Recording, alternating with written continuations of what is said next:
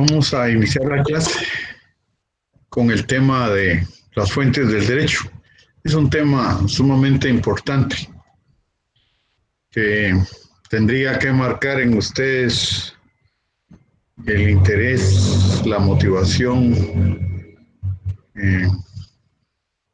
por estudiar el derecho, porque vamos a ver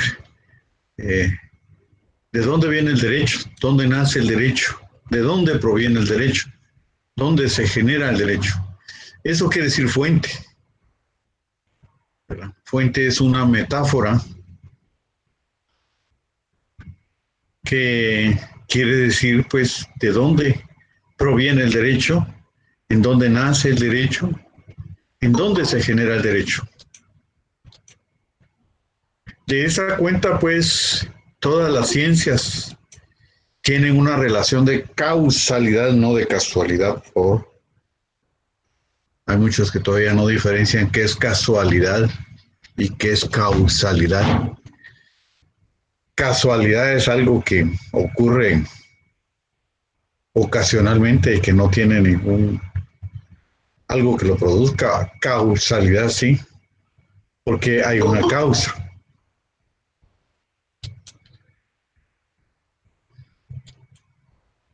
De esa cuenta tenemos pues que el derecho tiene una relación de causalidad. Sabemos y conocemos muchos algunas normas jurídicas.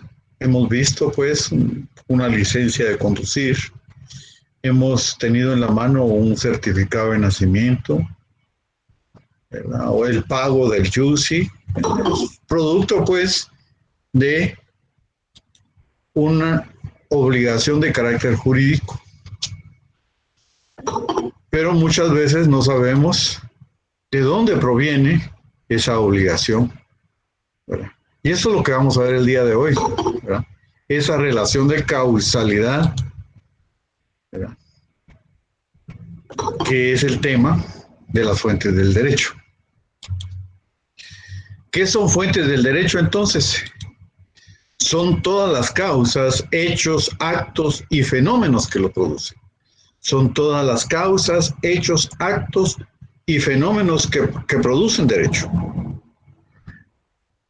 Mencionábamos ya una licencia, ya un matrimonio, un certificado de nacimiento, ¿verdad? Como ejemplo de una norma jurídica. Pero hay hechos naturales que producen normas jurídicas. El mismo nacimiento de un niño, un contrato de trabajo que es un acto voluntario del hombre, un matrimonio, un terremoto, una inundación, van a producir normas jurídicas. Bueno, ya hemos visto en el artículo 2 de la ley del organismo judicial cómo la misma establece pues que la ley es la fuente primaria del ordenamiento jurídico guatemalteco. Pero lo vamos a leer otra vez pues para que jamás se les olvide a ustedes de dónde proviene el derecho y en dónde se encuentra contenida esa norma. Artículo 2 de la ley del organismo judicial, leámosla por favor.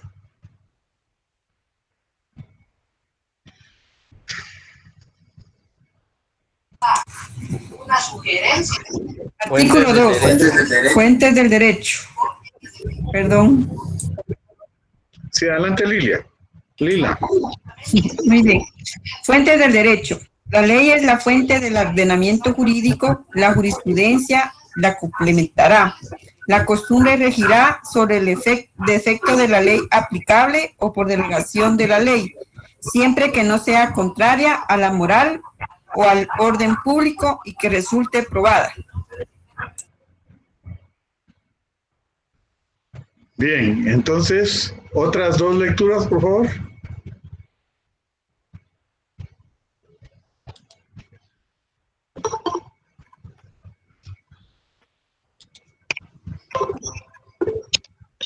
Fuentes del derecho. La ley es la fuente del ordenamiento jurídico, la jurisprudencia la complementará.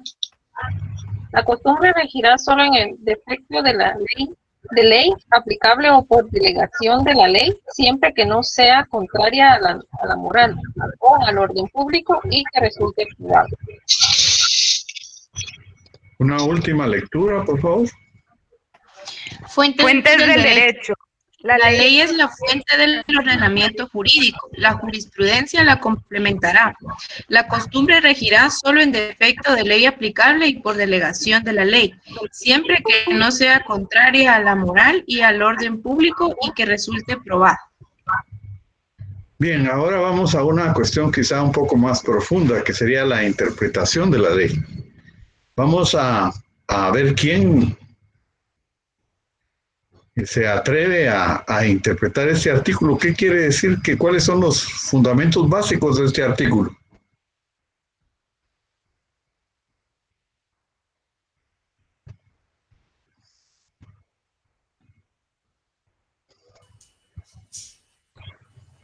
El principal sería la ley, licenciado. Sí, tiene ¿Y la toda complementa la razón. jurisprudencia? Ajá, vamos bien. Y terminando con la costumbre. Sí, exactamente. Me hubiera gustado más que una sola persona, un solo compañero o compañera, hubiera dicho todo. Sí, Mili Deli. Sí, lo que le quería decir era que es en base a las costumbres, siempre y cuando no rompan la ley o no quebranten la ley, porque entonces ahí ya la ley se involucra, ¿verdad? Usted tiene se razón. les aplica. Sí, pero primero es la ley, ¿verdad? La ley es la fuente primaria del ordenamiento jurídico. La jurisprudencia va en segundo lugar porque la complementa. La costumbre va a aplicarse solo en defecto. ¿Qué quiere decir en este contexto, en este sentido, en este artículo? ¿Qué quiere decir defecto? No quiere decir alguna cuestión que una persona tenga alguna discapacidad, no quiere decir eso. Defecto, ¿qué quiere decir ahí? En defecto, como va por ordenamiento jurídico, como dice la fuente, la ley, y si es por ordenanza, tendría que ir primero por medio de la ley, después por los fallos que se den, y ahí se va a dar la ley de la costumbre constitucionaria. Sí, ese es el orden, pero ¿qué quiere decir defecto gramaticalmente ahí? Licenciado, entiendo que cuando dice la ley es la fuente en primer lugar de la base, pero cuando dice en defecto, dice textualmente dice en defecto de ley aplicable por delegación de la ley. Quiere decir que si no está cuando no está escrito directamente en la ley, la costumbre puede juzgar esos actos. Y dice acá claramente que siempre y cuando no se salga de la moral. Exactamente, pero entonces un sinónimo de defecto. Falta de cumplimiento. Exactamente, o en ausencia. Adelante, Dulce, sí. Bueno, así es de la cosa que se está hablando. Sería el que no existe algo aplicable, ¿verdad?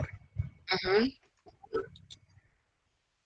Es que me interesa mucho esto, porque hay muchas deficiencias en la formación, ¿verdad? Y si no logramos suplir estas deficiencias, al salir de abogados vamos a salir un poco mal, ¿verdad? Entonces, ¿cómo vamos a suplir estas deficiencias? Leyendo bastante, cultivándonos, ¿verdad? Palabra que no entendamos, nos acudimos al diccionario. O si es mucho que ya dependemos solo del teléfono o del internet, pues la vamos a googlear. Pero no nos quedemos con la duda, ¿verdad? Porque llegamos al final de la... Lilia, por favor, apague su micrófono. Apague su micrófono, Lilia. Perdón. Llegamos al final de la carrera y no sabemos palabras tan elementales. en el examen de Derecho y en el primer año, hace unos 4 o 5 años, se ponía subraye las palabras correctas, excepto la incorrecta, y no sabían que era excepto. Entonces, ¿a qué viene eso? Pues a que nos cultivemos, a que leamos. Para la redacción de los memoriales, para la redacción de las escrituras, para todo, para la misma cultura jurídica, nos va a servir. Veamos, pues, el artículo 10, leamos el artículo 10 de la ley del organismo judicial para reforzar lo que les estoy diciendo. Leamos el artículo 10. Artículo 10 establece interpretación de la ley. Las normas se interpretarán conforme a su texto, según el sentido propio de sus palabras, a su contexto y de acuerdo con las disposiciones constitucionales. Cuando una ley es clara, no desatenderá su tenor literal, con el pretexto de consultar su espíritu. El conjunto de una ley servirá para ilustrar el contenido de cada una de sus partes, pero los pasajes de la misma se podrán aclarar atendiendo al orden siguiente. Inciso A, a la finalidad y al espíritu de la misma. Inciso B, a la historia fidedigna de su institución. Inciso C, a las disposiciones de otras leyes sobre casos o situaciones análogas. Inciso D, al modo que parezca más conforme a la equidad y a los principios generales del derecho. Otras 2 lecturas por lo importante de este artículo. Artículo 10. Interpretación de la ley. Las normas se interpretarán conforme a su texto, según el sentido propio de sus palabras, a su contexto y de acuerdo con las disposiciones constitucionales. Cuando una ley es clara, no se desatendrá de un tenor literal con el pretexto de consultar su espíritu. El conjunto de una ley servirá para ilustrar el contenido de cada una de sus partes, pero los pasajes de la misma se podrán aclarar atendiendo al orden siguiente. Inciso A, a la finalidad y al espíritu de la misma. Inciso B, a la historia fidedigna de su institución. Inciso C, a las disposiciones de otras leyes sobre casos o situaciones análogas. Inciso D, al modo que aparezca más conforme a la equidad y a los principios generales del derecho.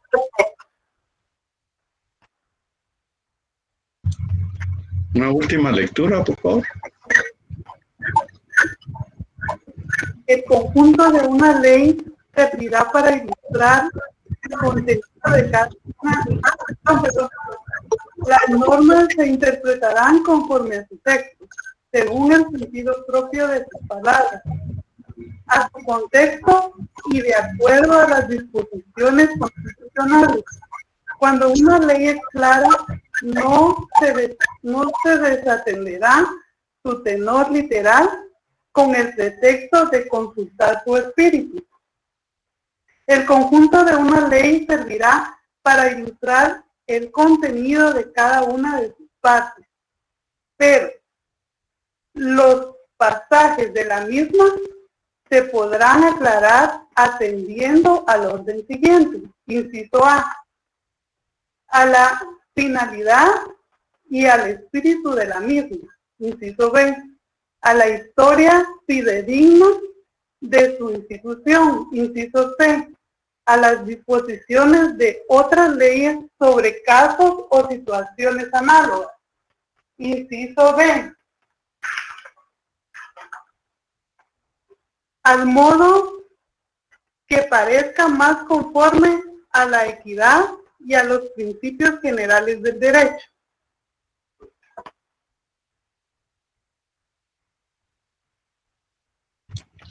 Bien, se pudieron dar cuenta que lo importante, si le pusieron asunto, le pusieron interés o atención al artículo 10 de la ley del organismo judicial, y es la tarea más importante del abogado, la interpretación de la ley.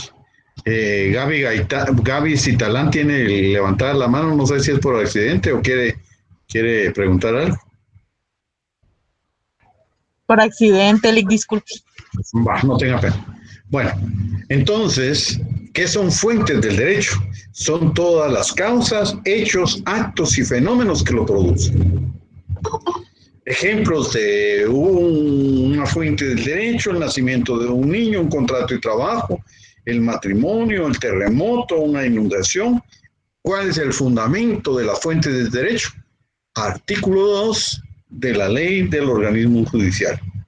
Luego tenemos que las fuentes del derecho se clasifican en 3 fuentes. Claro, tradicionalmente la clasificación se hace en 3. La clasificación tradicional se hace en 3. Fuentes reales, fuentes formales y fuentes históricas. Las fuentes reales son todos los factores y elementos que determinan el contenido de las normas jurídicas. ¿Cuáles son esos factores y elementos? Son económicos, son sociales, naturales, políticos, de trabajo, etcétera, éticos y religiosos. Entonces, tenemos que esos factores, elementos que determinan el contenido de las normas jurídicas son las fuentes reales. Factores económicos, sociales, naturales, políticos, de trabajo. Económicos, tenemos como ejemplo, pues, una compraventa de un vehículo. Sociales, un matrimonio. Naturales, el nacimiento de un niño.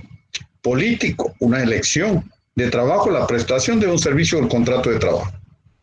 Esas son las fuentes reales, ¿verdad? Entonces, en la sociedad constantemente se están produciendo relaciones interpersonales de carácter jurídico que van a encuadrarse, van a subsumir en determinadas conductas, ya sea económicos, sociales, políticos, naturales o de trabajo. Y estos son las fuentes reales. Ahora vamos a las fuentes formales, que como ya vimos, de conformidad con el artículo 2 de la ley del organismo judicial, la ley es la principal fuente formal del derecho. En los países de derecho escrito es la legislación, la principal fuente formal del derecho. Fíjense ustedes que la ley es producto de la legislación, por eso es que está mal escrito en nuestra querida ley del organismo judicial, la ley, porque la ley es el producto, pero la legislación es la fuente del derecho, si se dan cuenta, si le ponen asunto. Entonces, ¿qué son las fuentes formales del derecho? Son los procesos de creación de las normas jurídicas. Dentro de ellas, como les decía, la principal fuente formal del derecho en los países de derecho escrito como el nuestro es la legislación o, como dice la ley del organismo judicial, la ley. Pero hay otras fuentes del derecho. Hay otras fuentes del derecho como tenemos la legislación, la costumbre, la jurisprudencia, la doctrina o doctrina científica, el contrato, el pacto colectivo de condiciones de trabajo y el derecho comparado. Repitiendo, pues, aparte de la legislación tenemos la costumbre, la jurisprudencia. La jurisprudencia también se le denomina doctrina legal. A la jurisprudencia también se le denomina doctrina legal. A la doctrina, o sea, a los estudios de carácter científico que realizan los estudiosos del derecho, también se le denomina doctrina científica o solo doctrina.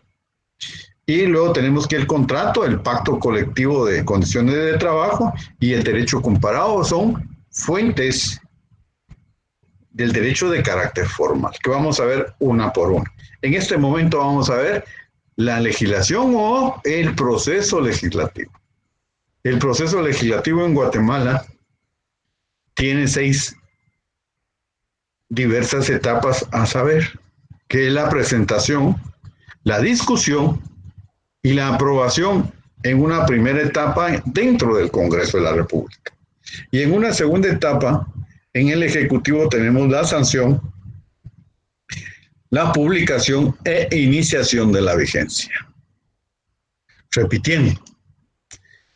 Tiene 6 etapas: presentación, discusión,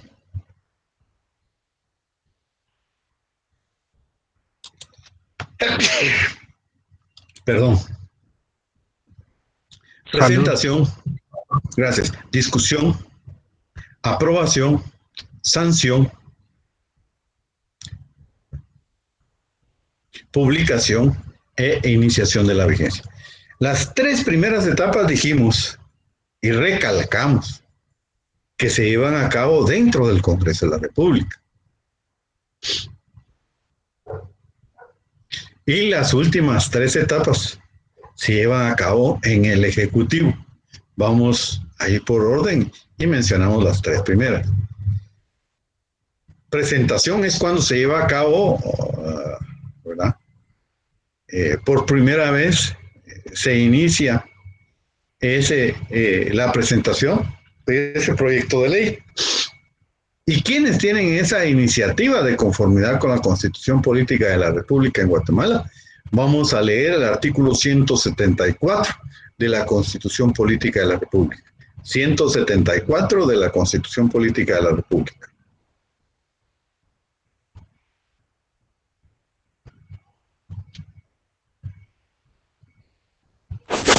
Iniciativa de ley. Para la formación de las leyes tienen iniciativa los diputados al Congreso, el organismo ejecutivo, la Corte Suprema de Justicia, la Universidad de San Carlos de Guatemala y el Tribunal Supremo Electoral. Muy bien, otras dos compañeros o compañeras. Artículo 174. Iniciativa de ley.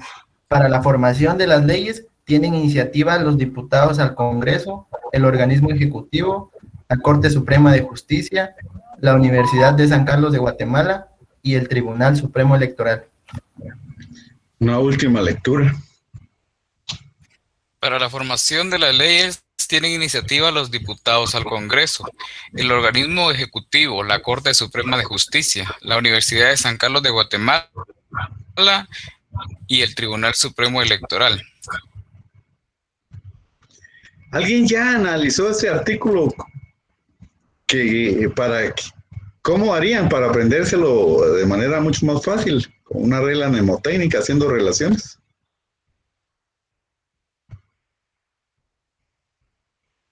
Para aprenderse rápidamente las 5 instituciones que tienen iniciativa de ley.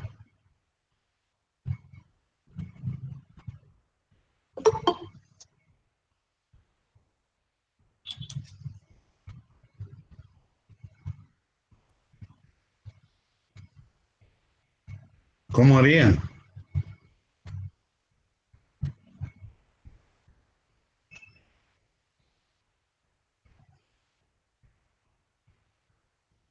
¿Se relacionan objetos al tema? ¿Cómo haría usted, Mili?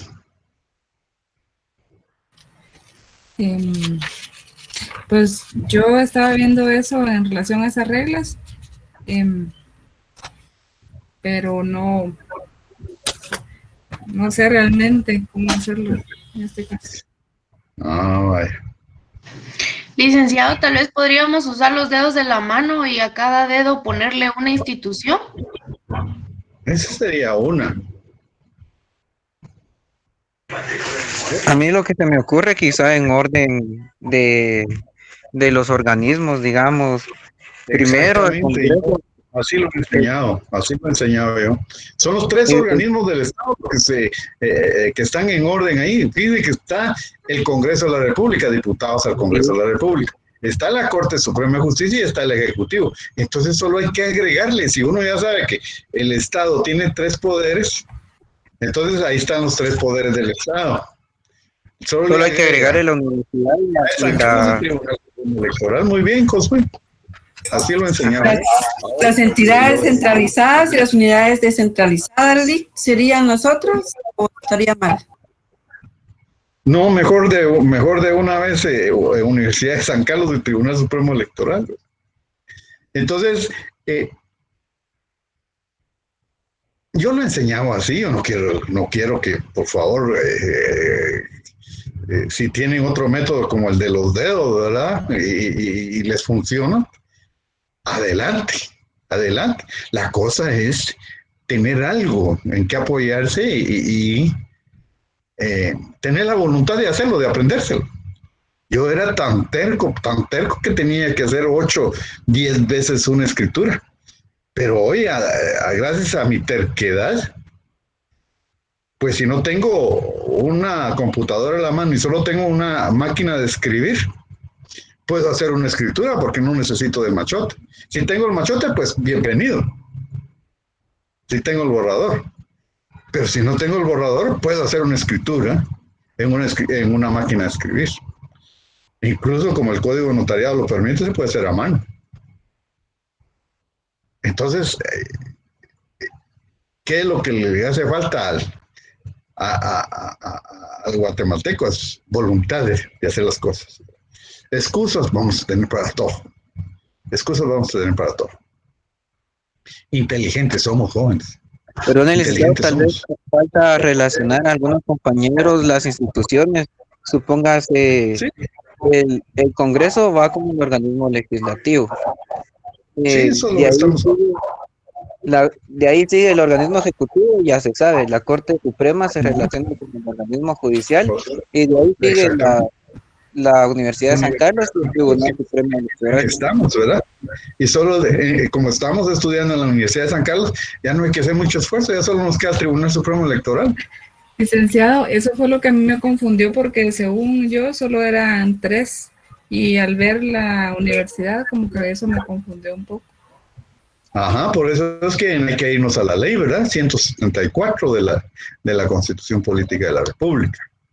La universidad participa en muchas cosas que utilizan la Junta Monetaria. Sí. ¿Alguien está haciendo una pregunta ahí? ¿Por qué meten a la universidad para una iniciativa de ley? Disculpe. Eso habría que preguntárselo a los, y me extraña que un sancarlista esté preguntando eso, ¿verdad? Y habría que preguntárselo a los constituyentes del interés que tenían ellos en ese tiempo, el protagonismo que ha tenido la Universidad de San Carlos, ¿verdad? Pero por algo ha de haber sido, ¿verdad? Porque los estudiosos de la ley se formaron en la San Carlos. La Universidad de San Carlos era la que les enseñaba la doctrina. Ese es todavía el centro de estudios superiores más importante de Guatemala. Licenciado, es porque es un cuerpo colegiado. Esa es otra, ¿verdad? Hay tantas respuestas, ¿verdad? Pero que nos han borbandeado tanto el CACIF y los enemigos de la Universidad de San Carlos, que ahora ya nosotros nos cuestionamos nosotros mismos. ¿Por qué la Universidad de San Carlos tiene iniciativa de ley? Nosotros mismos nos cuestionamos. Cuanto que es un beneficio para los propios universitarios. Pero bien, sigamos. Entonces tenemos que tienen iniciativa de ley los diputados al Congreso de la República, la Corte Suprema de Justicia, el Ejecutivo, la Universidad de San Carlos de Guatemala, el Tribunal Supremo Electoral. Eso es la primera etapa en la que es esa potestad que tienen algunos órganos estatales para proponer un proyecto de ley al Congreso de la República. Esa es la iniciativa. Discusión. Discusión es el conjunto de actuaciones por las cuales se debate y delibera un proyecto de ley. Es el conjunto de actuaciones por las cuales se debate y delibera un proyecto de ley. Conjunto de actuaciones por medio de las cuales se debate y delibera un proyecto de ley. Entonces aquí se argumentan luces, sombras, beneficios, ventajas y desventajas de ese proyecto de ley. ¿Qué le va a conllevar a la sociedad guatemalteca? ¿Qué beneficios le va a traer a los miembros de esa sociedad un proyecto de ley, ¿verdad? Entonces los políticos vienen y dicen, sí, este beneficio trae, por eso es que estamos legislando en pro de la sociedad guatemalteca. Pues esa discusión se da dentro del Congreso de la República y a eso se le denomina debate o discusión. Es el conjunto de actuaciones por las cuales se debate, se delibera un proyecto de ley. Dentro de esa discusión, pues luego se aprueba ese proyecto de ley. Para la aprobación existe dos sistemas de votación, mayoría simple y mayoría calificada. Mayoría simple es la mitad más uno y mayoría calificada las 2/3 partes. Entonces, y la mayoría calificada se utiliza generalmente para iniciativas que tengan mucha preponderancia, mucho impacto social, de urgencia, considerada de urgencia nacional, porque son de vital importancia para el desarrollo del país. De tal manera, pues, que estas son las 3 etapas que se llevan a cabo dentro o al interior del Congreso de la República. O sea, la presentación o iniciativa, discusión y aprobación. Una vez aprobado este proyecto de ley, ¿verdad?, se remite ese proyecto de ley al Ejecutivo. El Ejecutivo tiene la posibilidad, las dos opciones, de rechazar ese proyecto de ley o de darle el visto bueno a ese proyecto de ley. Si le da el visto bueno, se le denomina sanción. Sanción en este contexto, en este sentido, quiere decir, pues, que aprueba ese proyecto de ley, la aprobación de ese proyecto de ley. Y si rechaza ese proyecto de ley, se le denomina veto, con B pequeña.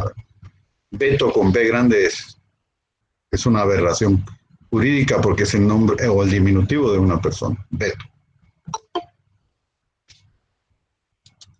Entonces tiene dos opciones el Ejecutivo: rechazarlo y hacer las observaciones que considere pertinentes, ¿bueno?, y regresarlo al Congreso de la República. A eso se le denomina veto. Pero si lo aprueba, ¿verdad?, lo sanciona, lo manda a publicar e inicia la vigencia. Y entra en vigencia, pues, de conformidad con el 180 de la Constitución Política de la República. Vamos a leer el 177 de la Constitución Política de la República, por favor. Artículo 177.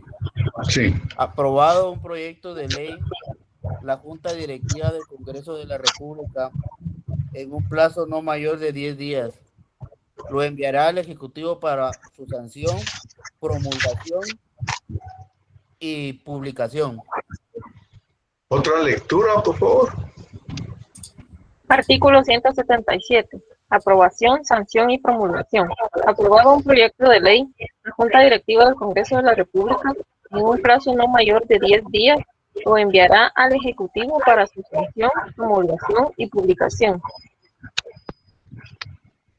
Una última, Luz, por favor.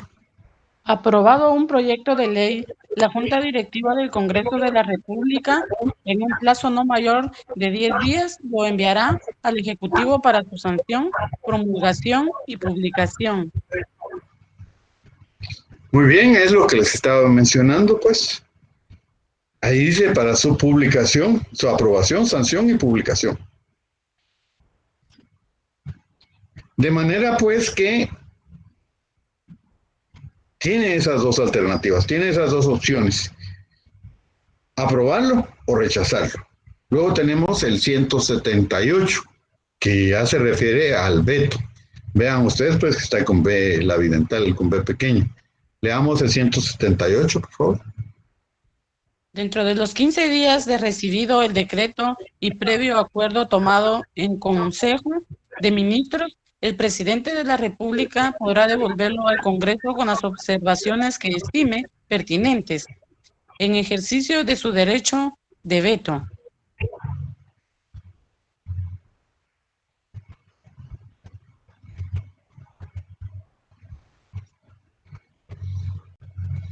Las leyes no podrán ser vetadas parcialmente. si el Ejecutivo no devolviere el decreto dentro de los 15 días siguientes a la fecha de su recepción, se tendrá por sancionado y el Congreso lo deberá promulgar como ley dentro de los 8 días siguientes. En el caso de que el Congreso clausurare sus sesiones antes de que expire el plazo en que puede ejercitarse el veto, el Ejecutivo deberá devolver el decreto dentro de los primeros 8 días del siguiente periodo de sesiones ordinarias. Alguien que lo lea, por favor, que la siguiente lectura, que lo lean completo, por favor. Artículo 178. Veto. Dentro de los 15 días de recibido el decreto y previo acuerdo tomado en Consejo de Ministros, el presidente de la República podrá devolverlo al Congreso con las observaciones que estime pertinentes en ejercicio de su derecho de veto. Las leyes no podrán ser vetadas parcialmente. Si el Ejecutivo no devolviera el decreto dentro de los 15 días siguientes a la fecha de su recepción, se tendrá por sancionado y el Congreso deberá promulgar como ley dentro de los 8 días siguientes. En caso de que el Congreso clausurare sus sesiones antes de que expire el plazo en que puede ejercitarse el veto, el Ejecutivo deberá devolver el decreto dentro de los primeros 8 días del siguiente periodo de sesiones ordinarias. Gracias. Otra lectura, por favor. Artículo 178. Veto. Dentro de los 15 días de recibido el decreto y previo acuerdo tomado en Consejo de Ministros, el presidente de la República podrá devolverlo al Congreso con las observaciones que estime pertinentes en ejercicio de su derecho de veto. Las leyes no podrán ser vetadas parcialmente. Si el Ejecutivo no devolviere el decreto dentro de los 15 días siguientes a la fecha de su recepción, se tendrá por sancionado y el Congreso lo deberá promulgar como ley dentro de los 8 días siguientes. En caso de que el Congreso clausurare sus sesiones antes de que expire el plazo que pueda ejercitarse el veto, el Ejecutivo deberá devolver el decreto dentro de los primeros 8 días del siguiente periodo de sesiones ordinarias. Bien, es lo que les estaba mencionando, pues, que tiene la facultad del presidente, si no está de acuerdo con ese proyecto de ley, de devolverlo al Congreso de la República, y a ese acto se le denomina veto, a esa facultad que tiene el presidente de la República, el Ejecutivo, de rechazar ese proyecto de ley. Pues bien, como la función primordial del Congreso de la República es la de legislar, la Constitución Política le asignó una facultad muy importante, contenida en el artículo 179 de la Constitución Política, que se llama primacía legislativa. Si el Congreso de la República no está de acuerdo con las observaciones realizadas por el Ejecutivo, por el presidente de la República, este podrá, ¿verdad? No es que necesariamente lo vaya a hacer, aprobar ese proyecto de ley con las 2/3 partes del total de diputados. Y a eso se le denomina primacía legislativa, en uso de esa facultad concedida por la Constitución Política de la República. Se le denomina primacía legislativa. Y el presidente de la República tendrá que aceptar esa disposición, esa facultad que el Congreso tiene, y si el Congreso se lo manda con primacía legislativa, tendrá que mandarlo el mismo presidente de la República a publicarlo y que entre en vigor a 8 días siguientes después de su publicación, tal como lo establece pues el artículo 180 de la Constitución Política de la República. De manera pues que vamos a leer la primacía legislativa en el 179 de la Constitución Política de la República. Veámoslo. Artículo 179. Primacía legislativa, reformado. Devuelto el decreto al Congreso, la Junta Directiva lo deberá poner en conocimiento del Pleno en la siguiente sesión, y el Congreso en un plazo no mayor de 30 días podrá reconsiderarlo o rechazarlo. Si no fueren aceptadas las razones del veto y el Congreso rechazare el veto por las 2/3 partes del total de sus miembros, el Ejecutivo deberá obligadamente sancionar y promulgar el decreto dentro de los 8 días siguientes de haberlo recibido, y el Ejecutivo no lo hiciere, la Junta Directiva del Congreso ordenará su publicación en un plazo que no excederá de 3 días para que surta efecto como ley de la República. Otras 2 lecturas, por favor. Devuelto el decreto al Congreso, la Junta Directiva lo deberá poner en conocimiento del Pleno en la siguiente sesión, y el Congreso, en un plazo no mayor de 30 días, podrá reconsiderarlo o rechazarlo. Si no fueren aceptadas las razones del veto y el Congreso rechazara el veto por las 2/3 partes del total de sus miembros, el Ejecutivo deberá obligadamente sancionar y promulgar el decreto dentro de los 8 días siguientes de haberlo recibido. Si el Ejecutivo no lo hiciere, la Junta Directiva del Congreso ordenará su publicación en un plazo que no excederá de 3 días para que surta efecto como ley de la República. Vean pues cómo vamos confirmando pues lo que les he venido yo explicando en el transcurso de la clase, ¿verdad? A esto se refiere pues la primacía legislativa, ¿verdad? Me interesa pues que tengan ese concepto, esa idea, es los pasos básicos del desarrollo del proceso legislativo.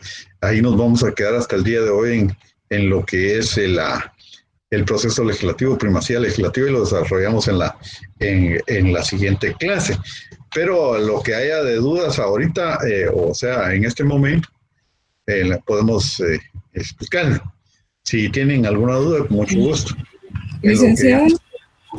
Sí, Mili, adelante. Perdone, en una consulta que nos hacía una compañera en cierto momento, nos preguntaba que quién era el padre del derecho. Pues fíjese que no, pueden haber varios padres, ¿verdad? Pero en este momento, no sé, tal vez Justiniano, ¿verdad? O que es de la justicia, ¿verdad? Pero sí me tomó de sorpresa la pregunta, no lo he analizado ni nunca lo he estudiado. Sí. Tal vez lo voy a investigar. Licenciado, en algunos libros de derecho sí reconocen a Justiniano como el padre del derecho. Sí, Justiniano es uno de los que más ha estudiado la justicia.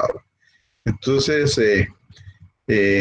miren, está Gayo, Ulpiano, Justiniano, como grandes precursores de la, por eso le mencionaba yo padres, ¿verdad? Magistrados romanos de las primeras épocas que se comenzó los primeros jurisprudentes, ¿verdad? Esto lo van a ver ustedes en su derecho romano ya en su segundo semestre, y ahí pues van a profundizar un poco, pero gracias al compañero Edwin que ya está alumbrando un poco. Yo le mencionaba que probablemente era Justiniano, sí. Licenciado, disculpe la pregunta, ¿cuáles fueron los 2 tipos de votación que había mencionado? Sí, mayoría simple y mayoría calificada. Mayoría simple es la mitad más 1 y mayoría calificada las 2/3 partes. Gracias. Bueno. Licenciado, perdone, ¿hasta qué tema va a venir en el examen? Mire, vamos a confirmar, pero tentativamente vamos no nos ha informado el coordinador que es el licenciado Bautista, es el coordinador del curso. ¿Hasta dónde entra? Nosotros en cada curso hay un coordinador que es el que después de una sesión se lleva un consenso de hasta dónde entra el curso, pero miren, generalmente se ha evaluado hasta derecho consuetudinario, ¿verdad? Entonces, si quieren, empiecen a estudiar hasta derecho consuetudinario, ¿verdad? Lo mejor sería que curse tema explicado, tema estudiado, ¿verdad? Para que no se les acumule el conocimiento. Después, ya todo junto cuesta más.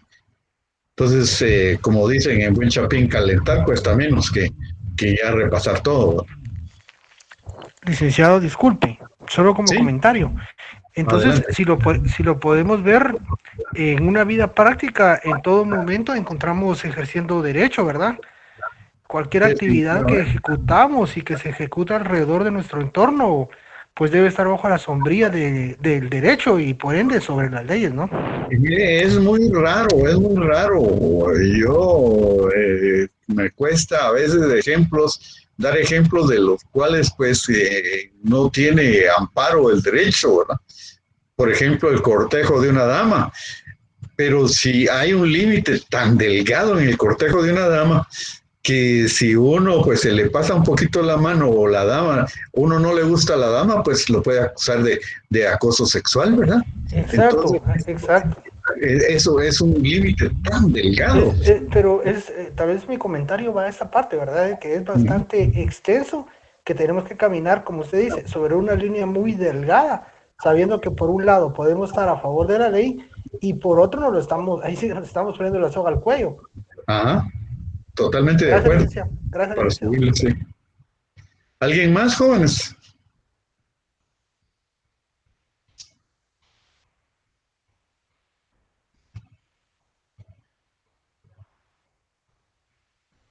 En el tema relativo a pregunta. Sí. Sí, Diego, adelante. Es que fíjense que, para serles muy sincero, yo me estoy incorporando ahorita a la segunda, como una semana.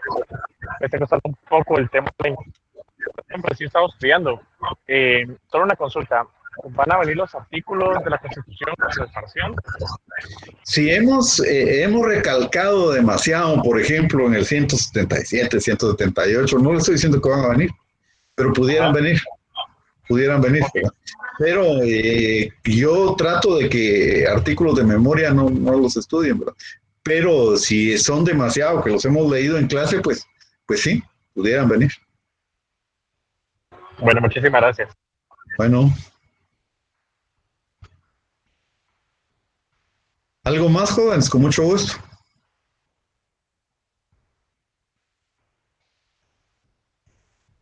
Licenciado, una consulta. ¿El espíritu de ley se puede interpretar como la intención de lo que se pretende? Esa es la intención de la ley. ¿Qué quiere decir el legislador? Bueno.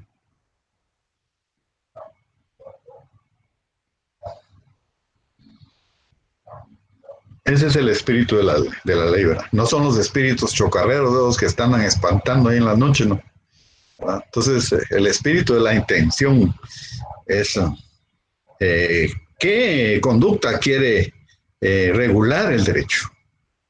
¿Qué conducta quiere que la sociedad, pues, dentro de la sociedad se produzca? ¿Qué quiere prevenir el legislador con determinada norma jurídica? Esa es la intención, esa es la... o sea que eso es lo que se utiliza para el proyecto de ley. Ajá. Gracias, licenciado. Bueno, es lo que le llaman exposición de motivos en un proyecto de ley. Y después, pues, es muy, muy importante la exposición de motivos, pues, porque ahí puede ir uno el por qué se hizo la ley. Pero... por el momento, por favor, take it easy. Sepamos qué es iniciativa, quiénes tienen iniciativa, qué es discusión, qué es mayoría calificada, qué es mayoría simple, qué es sanción, qué es veto, qué es primacía legislativa, ¿verdad? Luego vamos a ver la vacatio legis. Todo eso, muy importante. Digamos. Yo tengo una consulta. Dígame, Diego.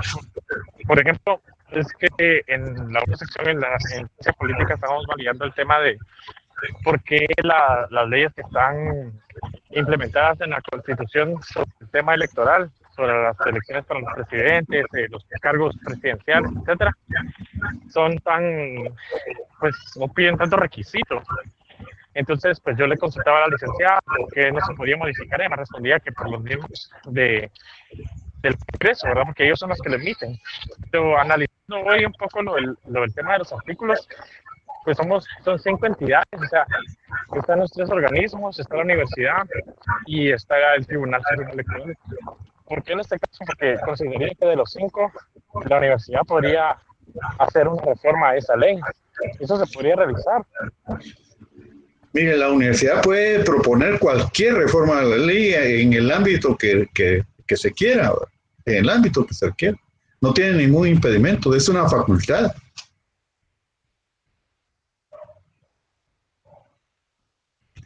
¿La universidad podría participar en el veto de alguna ley?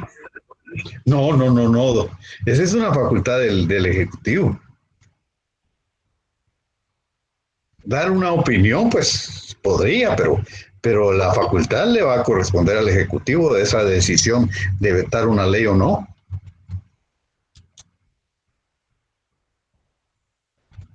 Digamos que la universidad va junto con el legislativo.